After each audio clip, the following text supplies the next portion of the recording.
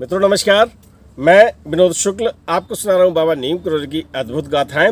और आज एक ऐसी गाथा सुनाता हूँ कि हम लोग तो दर्शन के लिए तरसते हैं महाराज जी के, कि बाबा नीम करोली सपने में दर्शन दे दें, कहीं घूमते फिरते दर्शन दे दें।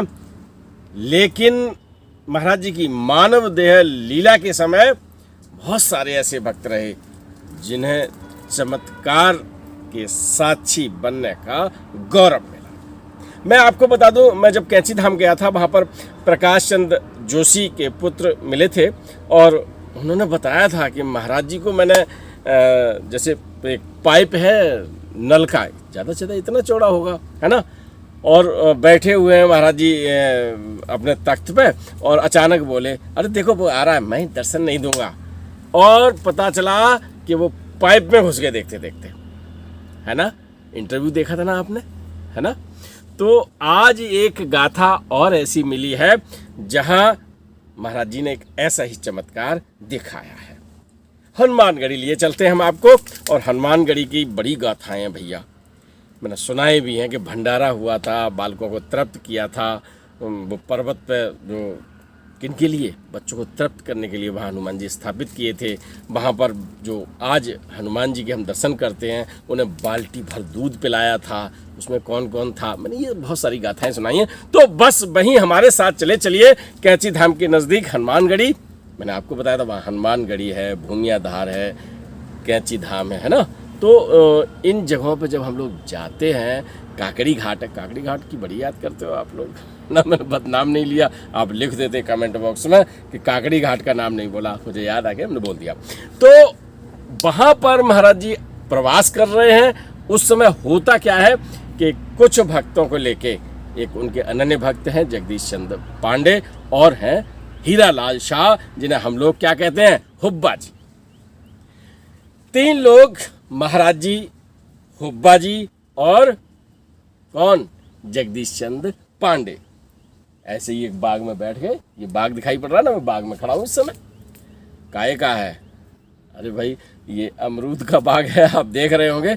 अब वो बाग काहे का था वहाँ पे मुझे नहीं मालूम, लेकिन मैं ऐसी लोकेशन में आज खड़ा हूँ जहाँ आपको लगेगा कि तीनों लोग बैठे हुए हैं। और कभी लगता थोड़ी था महाराज जी के जो भक्त हैं कि ये भगवान हैं, ये भक्त हैं, इनमें कोई और होना भी नहीं चाहिए कोई अंतर।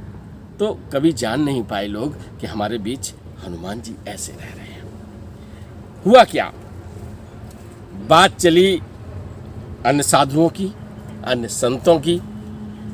तो हुब्बा जी बड़े संतों के संपर्क में रहे हैं।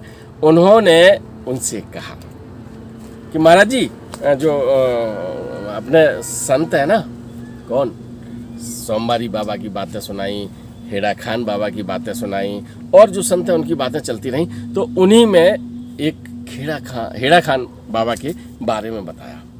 क्या बताया कि महाराज जी होता क्या था कि जैसे हेड़ा खान जी बैठे हुए हैं और उनका मन नहीं है किसी को दर्शन देने का, तो बैठे बैठे गायब हो गए, या सामने से कोई आ रहा है तो गायब हो गए। ये सब चीज़ वो बड़े गौरवान्वित होके सुना रहे थे। तो गाथाएं तो और भी थी महाराज जी की। आपको मैंने सुनाया था हल्द्वानी में रिक्शे पे बैठ के जा रहे थे, है ना, गुजर गए, किसी ने देख ही नहीं पाया। कानपुर में सरसैया घाट पर बैठे हुए थे महाराज जी भक्तों में, पूर्व प्रधानमंत्री लाल बहादुर शास्त्री और गुलजारी लाल नंदा वहाँ पर गए थे दर्शन के लिए। तो उन्होंने कहा नहीं दर्शन देंगे क्योंकि पुलिस आई थी। मैंने ये सब गाथाएं सुनाई हैं, लेकिन उनको हुब्बा जी को तो सब पता होंगी, उस समय नहीं पता होंगी, लेकिन ये कथा एक अलग से आई, इसलिए मैं सुना रहा हूँ। तो क्योंकि चमत्कार जब हुए हैं, कुछ बातें हुई हैं, तो उनके साक्षी रहे हैं। तो हुब्बा जी ये बातें कर रहे हैं, उसी महाराज जी बैठे हुए हैं, साथ में जगदीश चंद्र पांडे बैठे हुए हैं, और उसी समय आवाज़ लगाते हैं, पांडे। और पांडे जैसे आवाज़ लगाई ना, तो क्या है कि 3 लोग बैठे हैं, जो आवाज़ देगा उसी की तरफ तो देखेंगे, है ना। लेकिन वो आवाज़ महाराज जी ने जो लगाई वो दूसरी तरफ सुनाई पड़ रही है, यानी बोल इधर से रहे हैं और सुनाई इधर पड़ी। तो दोनों की निगाहें ऐसे गईं और ऐसे गईं, पलट के देखते हैं तो महाराज जी वहाँ पर है ही नहीं, है ना। ये कथा का पर्पज भी मैं आपको बता दूं क्यों सुनाई। क्योंकि महाराज जी के जो चमत्कार हैं महाराज जी की।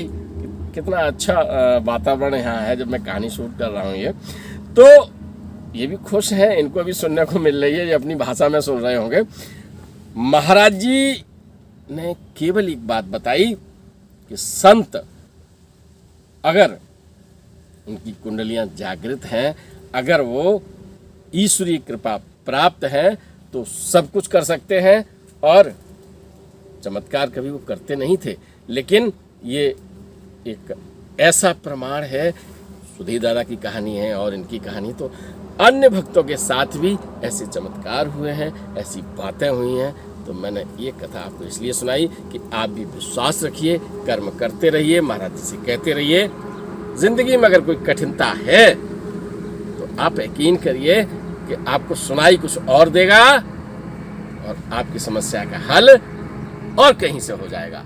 ठीक है ना, चल पड़े।